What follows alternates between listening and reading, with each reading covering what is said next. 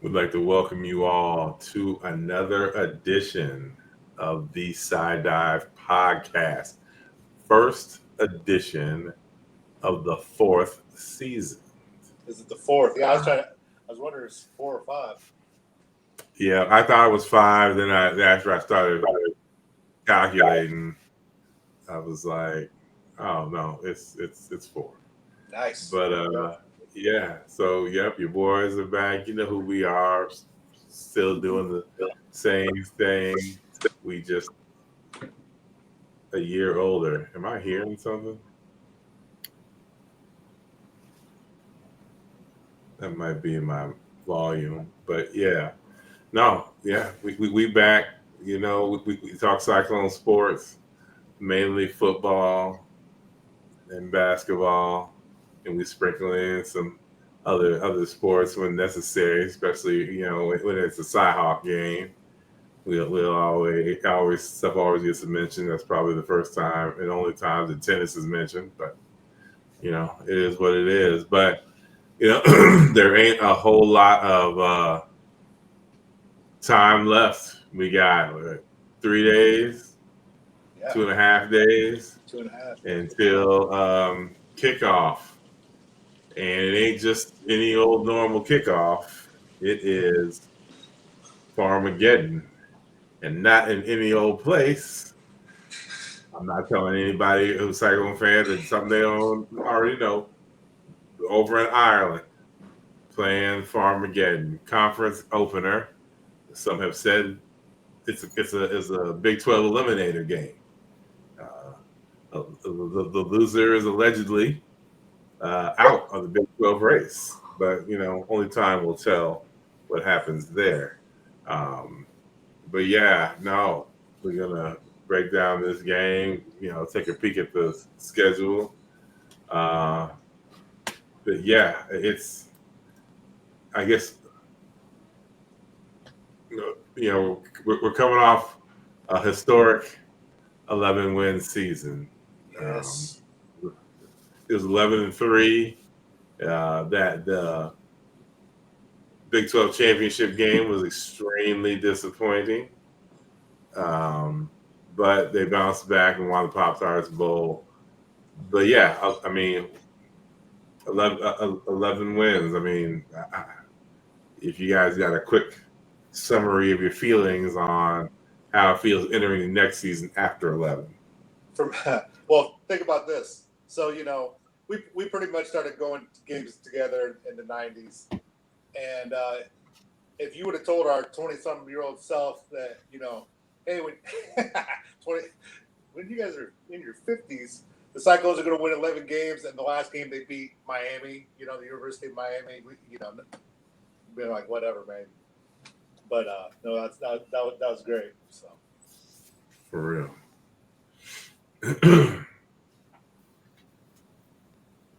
Same. I feel I would have been like this as being a Cubs fan back in the day. So yeah, I would have thought this would be like that. So yeah. Sorry to friends who are Cubs fans. Actually, yeah, no. Actually, a Vikings fan. How about that? Yeah. Yeah. Yeah, at least the Cubs have won. well, no offense to you Viking fans. True. Sorry, John Muggy. Yes. Yeah. No, I mean Campbell's slaying the Dragons. First 10-win season. Now all he's got to do is get a conference championship, and he'll have totally changed Iowa State football. Because I don't know, I sent you guys that K-State podcast that I was listening to earlier this week, and this dude did a whole skit about how the last year that Iowa State won the conference championship was 1912, and the Titanic sank in 1912, which over in Ireland, evidently there's a huge Titanic museum. That's where they sailed out. I'm pretty sure that's where they sailed out of. So they were going on this long ass spiel about it. It's just like, wow. So he can just knock off one other thing, and the whole first round draft pick too. So he's changed a lot of things. Absolutely. No, we are very fortunate to not only have had him, but to have been able to keep him. Yeah, he just got I mean, contract it's extension a this year. vicious cycle every season of where's Matt Campbell going to go. True. Right, You know, right. I'm aware. that's something we Cyclone fans have had to put up with every sport. If all of a sudden there's some successes, where is this? Where's your coach going to go? I mean, basketball is pretty much really the only one where we haven't had it. But anything else, no, that's because our winning coaches have left. I mean, Well, you they always got left to. in football. They left in wrestling. Yeah. I mean, shit, the wrestling man left him, got himself national championships. So, yeah, Freddie. Yeah. yeah. So, yeah, no. I mean, we get it, and we've battled that, and Cyclones have weathered the storm. Shout out to Pollard. I don't agree with some of the things he's done, but he's managed to keep him. So, I tip my cap to him. For sure. When did they announce this game? Well, they were selling it all last year during the football season. I'm pretty sure, because they had everybody. Yeah. They had the Aer Lingus people over and everything. So I think they announced it last year, either in September, like towards the beginning of the season, But I know when I first heard it, I was like, ugh. I mean, when I heard that it was against Kansas, we were opening against Kansas State. I don't know. I just didn't like the idea of that right off the first instinct. I didn't like it. You'll like it after this. You'll like it after this weekend, after the dub. I hope so. Yeah. No, what's crazy is for those who are loyal to the show, I play college football on PlayStation, and even when I picked up the latest game and I had my first game as Iowa State, it just felt wrong. It just felt wrong on all levels. I mean, I'm like, okay, we over here in Ireland, ain't there's no inclement weather or anything. I mean, that's not how this game is supposed to be played. I don't know. It'll probably rain at some point during the day because that's what it does. Yeah, but it ain't cold, and yeah. There's no chance for snow, and that's what Farmageddon is about. But it's money driven. It's the day and age of money driven football, and people got to chase checks and try to expand the game across the globe. I do like the fact though that K-State had to give up a home game, So yeah, we didn't have to give up that home game. So yeah, but it's here now. And there's not. Nothing you knew about it. Is that what you say? But let's run through the schedule right quick.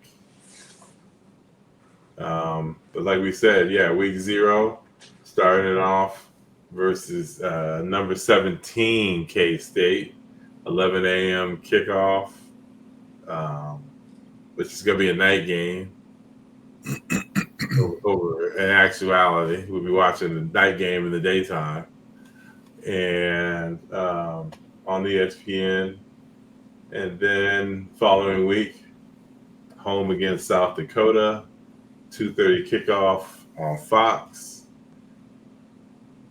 Week 3 or week 2, third game of the season is Cyhawk in Ames, 11 a.m. Is it Big Noon? Yep. All right, so the Big Noon group will be here, along with Ratty Ass. Can't think of that. What the running back's name? Ingram. Yeah. I don't like half that group, but anyway, I digress. Why is my shit messing up? Okay. And then after that, on the road, which when I heard this game was on the road, I was like, why are we not just home and home? Why are we not home and they away every goddamn time? We're going down to Jonesboro, Arkansas to play Arky State. Uh, yeah, I don't know what they did to get that home and home, but you know what? It's whatever. They still got to go down there and handle business. Then it's home against Arizona, on the road at Cincy, and on the road at Colorado. And it's homecoming weekend. Oh, incidentally, the Arizona game is the whiteout game. Um, Cyhawk is colored cardinal. That'll make their fans so happy they won't have to see all the Cyclone black. Um, and then homecoming is BYU. And then after that, it's Arizona State, at TCU, Kansas, and at Oklahoma State. And then the Big 12 championship game, December 6th. There's a schedule. You'll notice I put in the Big 12 championship game. So. Yes. So what do you think? What do you think about it? I mean, first glance, it's nice to have BYU, Arizona State games here at home, and Arizona. Yep, and Kansas. Yeah. I mean, it's hard to tell what Oklahoma State going to be like. And TCU could always be an issue on the road. Yeah. Colorado on the road. I mean, that's another one of those things is, they lost their identity from the previous season. So they've got two capable quarterbacks. I'm not sure who won the starting job, but I think Cincy could be difficult. I mean, it was difficult here. Yeah. So going there could be difficult. So yeah, it could go we have a lot of nail biters on our hand again. Oh yeah. I just like the fact that we don't go any further west than Colorado, and that Colorado game could be, there's going to be a ton of Iowa State fans there, and especially if Colorado's season isn't, off to a strong start. Could be a lot of Cyclone fans there. So I thought about going. That Arizona State will have to come here in November. I like that too. Thank you. About time they sent some of those teams out here into the cold. They started doing that. I mean, because we had Texas. Yeah, but people like Texas always got to avoid it. Yeah. So, yeah, I don't know. It's what it is. But the team as a whole, I mentioned it before we started off air. The first depth chart came out, and it looked like a conjunction junction, a whole lot of oars in a whole bunch of spots. I was like, okay, every wide receiver position is an oar. Same with the tight end.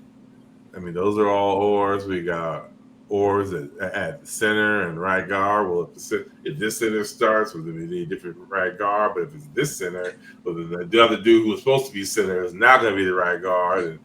And I'm like, okay, wait, what the hell is going on here?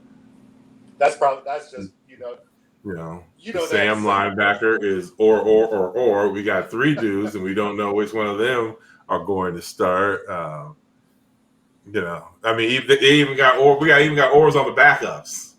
I mean, even for second string, well, that's where he usually has them. But. Yeah. So, but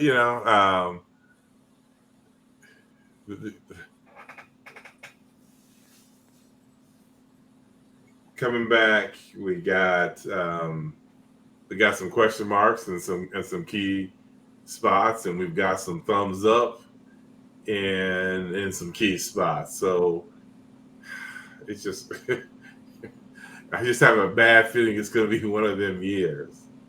I mean, we look at our quarterback situation. We got Rocco.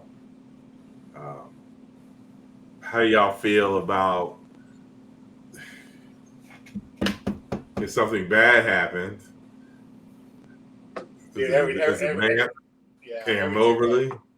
Yeah, but Mansky and Moberly. Yeah, I was surprised that they had Mansky as I wonder if Moberly's been hurt, dinged up or something because they had Mansky as an oar, and I think he just got there this summer. So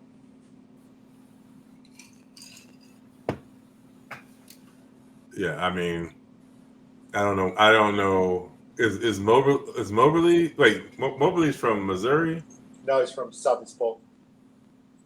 Oh, why did I think Missouri? Yeah, they're both from Iowa. And where's Mask from? Where's he? You remember Vernon? Isn't he from? Is he from where Audie's from?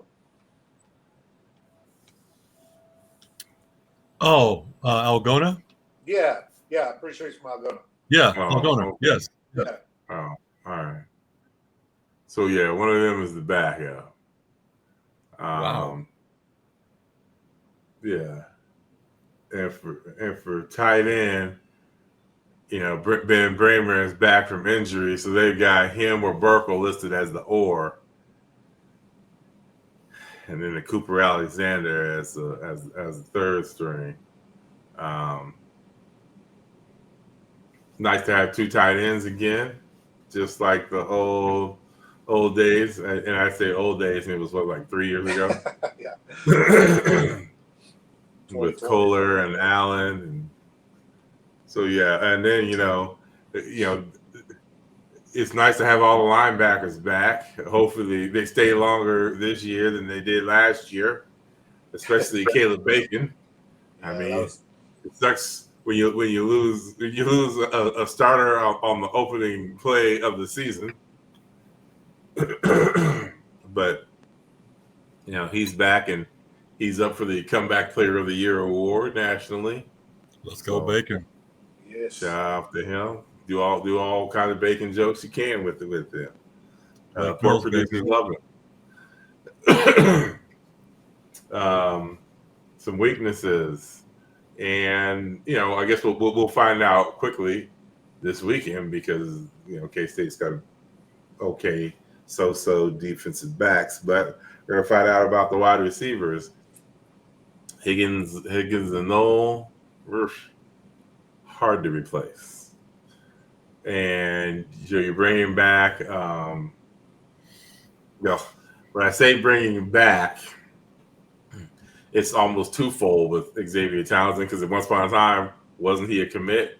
He was, yeah. Yeah, so we bring him back, Townsend. And then there's a Chase Soul. Yep, from East Carolina. And but I mean, there's like we said before, there's all kinds of oars, and they're all the wide receiver because you got Eli Green, Dominic Overby, Brett Skilston, Carson Brown, Daniel Jackson. I mean, you got all kinds of dudes who are also there.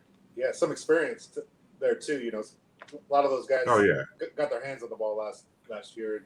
Obviously, I mean, go ahead. Oh, Jackson, it'd be great if he could have a year. All the stuff, all the injuries he's had. I mean, I think it would have been a completely different offense had he been not injured last year. Yeah, because I'm like, with Jackson, Higgins, and Noel, man, forget about it. I mean, he might have had a huge season last year just because he was out there with.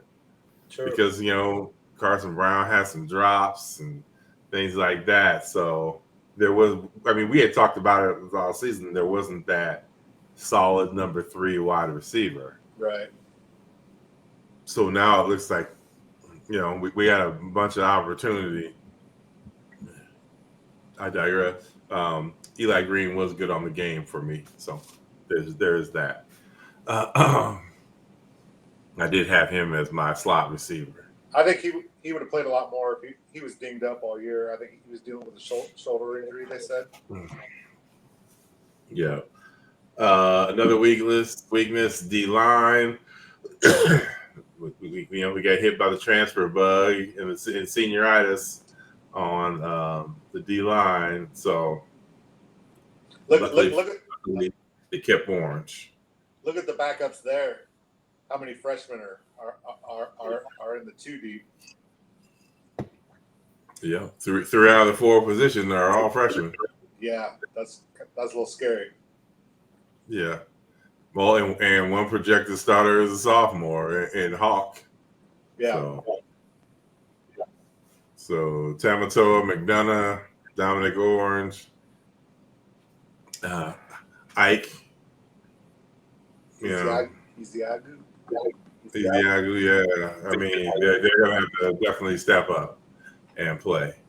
So, and new DBs gone are the Darian Porters and who else?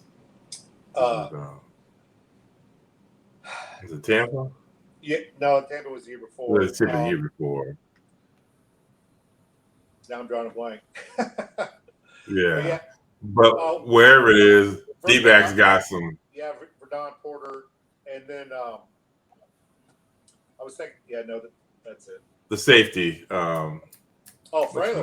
Yeah, Frailer. Yeah. He was like the leader of the defense. Yeah. So you got Jamison Patton and Cooper are listed as the starters at the safety spot. Marcus Neal is the star spot, which I believe was Frailer's spot. Yep. Yeah, pretty sure. And then corner, Jontez Williams, who I gotta admit is a beast on the game. And they got Trey Bell listed on the other side. I always mess up the kid from Lincoln's last name, Benny Nagoye. Yeah.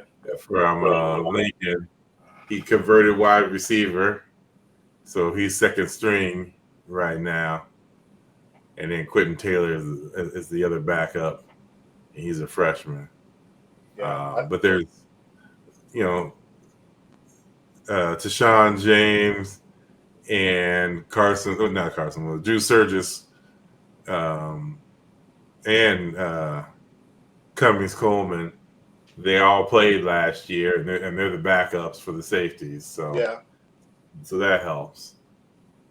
The way Cooper throws his body around, we might need him. All of them. I mean, we always have. They play so hard up on the run. In the 3-3, 3-3-5, you got the safeties filling those holes.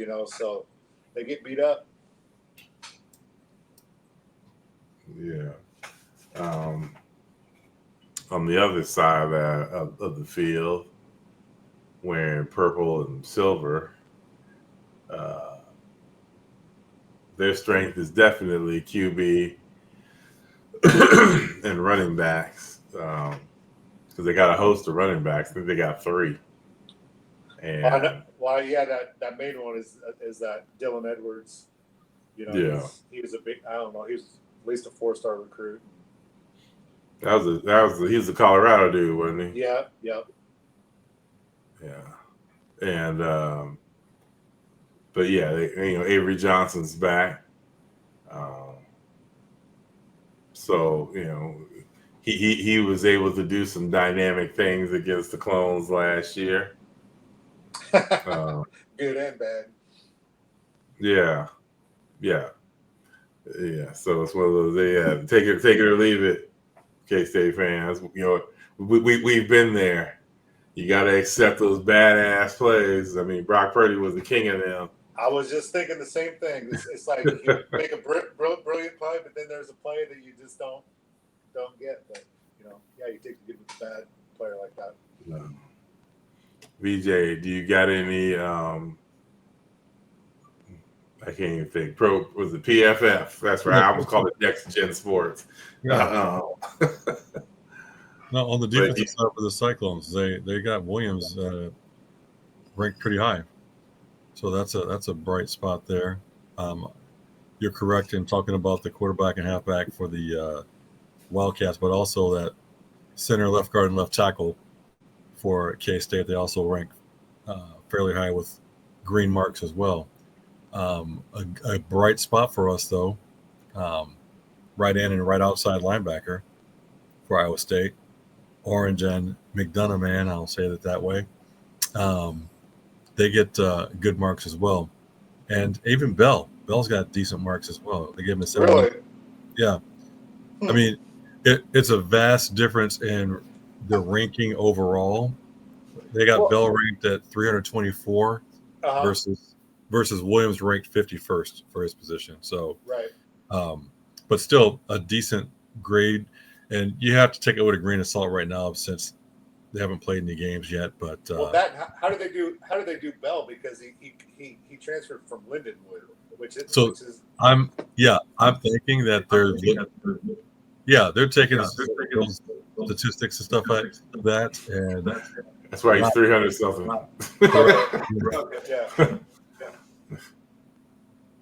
Am I echoing? No, yeah, I just started. I'm echoing. It's like your feedback in your speaker. I don't know. Say something else. Yeah. Hello. Yeah, now it's gone. Hello. Yeah, I don't hear it. Yeah. Of course, I ain't hear the fan either, so I don't know if we should be taking anything from me. So, no, but yeah. So how are their D-backs rated? Yeah. So actually, they do not have a ranking for McIntosh. They don't have in fact, actually, neither one of their corners have a ranking. Wow. Apparently, they shouldn't. Uh-oh. Because I just wondered if they were on there, if they had scores, because I had heard that they weren't very good. Okay. Well, they gave them a score, but they're not putting a number next to their score. Oh. Now, I'll tell you what, though. Damn. You get the question mark like Bandai Golf back in the day when you got like a double eagle. Romaine, their linebacker, though, goodness gracious. Yeah, he'll be an All-American probably. Yeah. Yeah, looks like they were going to be tough at free safety and obviously the linebacker position. And actually, I think they're dealing with injuries and safety on top of that right now. Oh, okay. But yeah, their front seven's stout, though. How does their D-line look as far as the rankings go? Defensive left tackle, pretty good, but looks like we should. I mean, again, our offensive line is not looking great according to PFF either. But oh, really? No, when you compare it to what we're going to face, we should be able to make some noise. I mean, yeah. As long as Romaine doesn't come in there and blow every play up, we should be all right. I mean, we got a lot of returning starts on the offensive line coming back. True. It's their third year with Clinton, so it'll be interesting. Our highest ranking lineman, according to PFF, is our center, and he's at number 296. And is that Barrett or Black or Boniface? Barrett. Okay. They have Black listed as a right guard.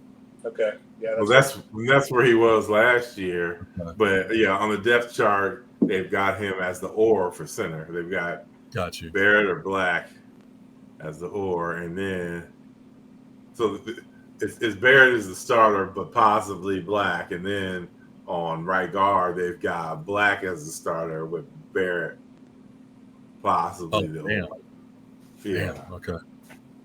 So that's what whoever loses the center job goes to right guard.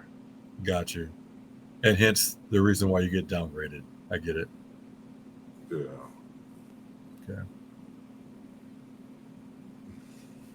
Okay. Hey, do they have Jace Brown back, the receiver?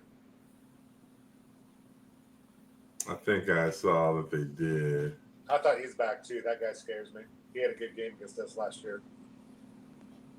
Yeah, he's in the slot. Yep. Yeah. I thought their tight ends were good last year too. He had 40% of his touchdowns last season were against the Iowa State game when he Damn. had 2. Yep. Yeah, the 2 long ones. Yep. Damn. One of them was on 4th down too. Now, a tight end is gone. Oh, is he? Okay. Yeah, I was gonna say this dude ain't ranked very high. Okay. Yeah, he is gone because I had him in fantasy football. But yeah, I did hear 2 of their kickers are hurt too. oh damn. So They they'll better pick probably up have some. they'll probably have some third stringer. So You better get some Irish soccer player in there. yeah, and kick a 60-yarder on us or something. that would be Cyclone-ish. For real. Absolutely. The hell was I gonna say? That's why you don't drink on camera.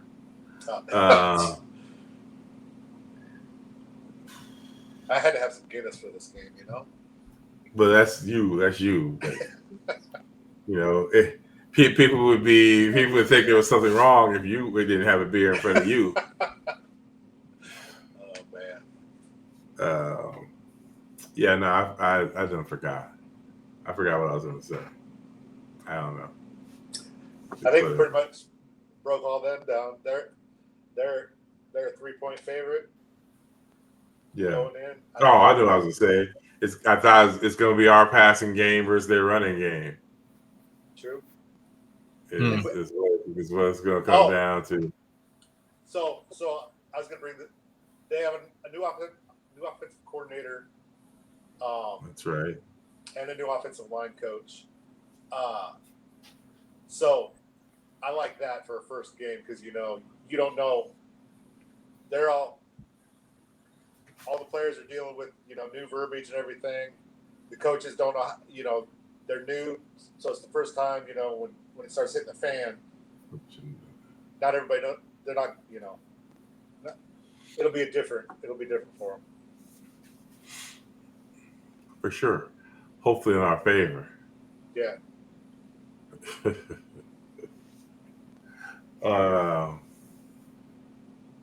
Yeah. No, it's it feels like forever since the Pop-Tarts Bowl. Yeah. And now we finally here, finally upon us. And it's a rivalry game. So we're gonna find out within the first 3 weeks of just how this season is possibly going to go. I mean, we got 2 of the 3 toughest games of our season, and I never sleep on them damn Dakota schools. So, yeah, murderous row right off the bat. But if anybody can do it, Matt Campbell team can do it. I think he's a better coach too when things are screwy like this, like he's like during COVID. Yeah. Oh yeah, he was a killer during COVID. I guess poor choice of words. Well, I mean, even if they can start 1-2. I don't think it's not. It's not the end of the world. Yeah, it's not the end of the world. Not great, definitely not great, but it's not the end of the world. Right, and probably not going to get a national championship, but I mean, Big 12 championship. I mean, yeah, starting off 1-2 could possibly get us out of the playoff right away. But it keeps bowl hopes are still there.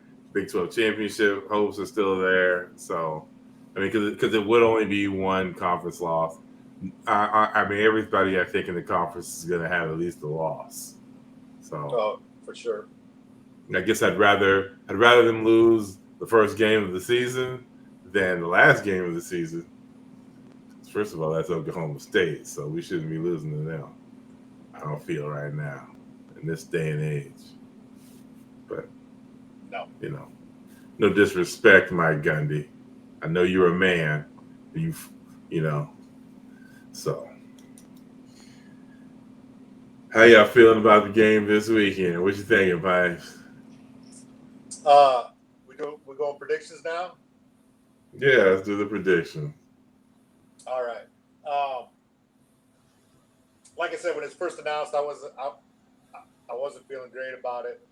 As it gets closer, yeah, I'm getting fired up. I think Cyclones 33-26.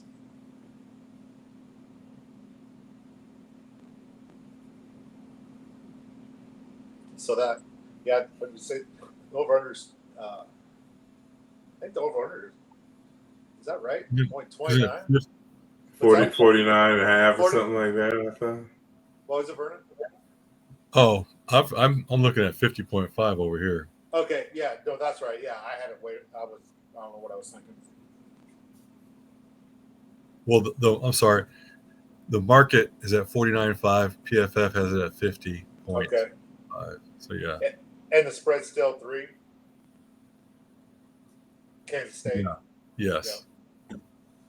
Yeah, everyone around here, all the local media, even hell too, the guys at Cyclone Fanatic, they're all picking Kansas. Everybody picking Kansas State.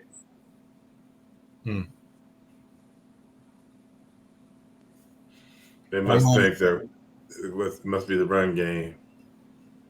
I don't know. What you think, VJ? Well, K-State's favorites, but it's across the pond. I'm going 27-24 Iowa State. Nice. 27-24? Yes. Hey, that's another thing. I think it'll be a crazy. You know how Cyclone fans do it. You know, I think it'll be like a Big 12 tournament type of crowd. You know that. Yeah, I've already seen Tryon's pictures. True. Yeah. Yes. So posting daily. Yeah. So I do like that because we've gone down there, beat K State. Where they have their fans there too, but in the Big 12 tournament. But anyway, sure. I think it's going to be a little bit bigger spread. I have Iowa State winning 31-17. nice. Damn. I think that they're going to be able to do something against I think Iowa State's defense, the run defense, is going to be able to shut them down come second half and make Avery be a thrower and make those receivers be catchers. Well, to the blocker. I mean, we saw him last year against us. You make him have to make decisions, and sometimes it doesn't turn out great. That between the safety play. I want him to have to win it. Whether it be his legs or his arm, I want him to have to be the winner of the game. I don't want any of the running backs to factor in heavily. They're going to factor in, but I don't want them to factor in heavily. If Iowa State loses, I want it because Avery Johnson had to beat Iowa State. Yeah, I agree. And I think the Clones are going to be able to hold up against that. So every time when they talk about him, it's always the upside. That's all they talk. Yeah, it's like by now he's played a lot of football, and you're kind of. I mean, I don't know. He may just be what he is right now, but we'll see. Possibly. So. I just thought of Dennis Green. I'm sorry when you said that. Who thought they are? So man. So yeah, do y'all know? I know Tron's over there, and Randall's is going over there. Trey Randall. Do y'all know anybody else? One lady that works with my wife, but yeah, that's about it. But all the stuff you see on Twitter, it looks like fun. Yeah. I couldn't afford that price tag, but yeah, y'all look like y'all having fun. Yeah. Being out there, 3-4 days before the actual game. Whew. I've been coming in on Saturday, leaving on Saturday. I'm like, I can't afford this shit. Yeah. So yeah. All right, people. There it is. You boys are back. Tell a friend. Get this bad boy moving. Yes. 11 a.m. K-State and your beloved Cyclones. Root them all. Y'all know how we do it. Go Cyclones. Go Cyclones. Go Cyclones.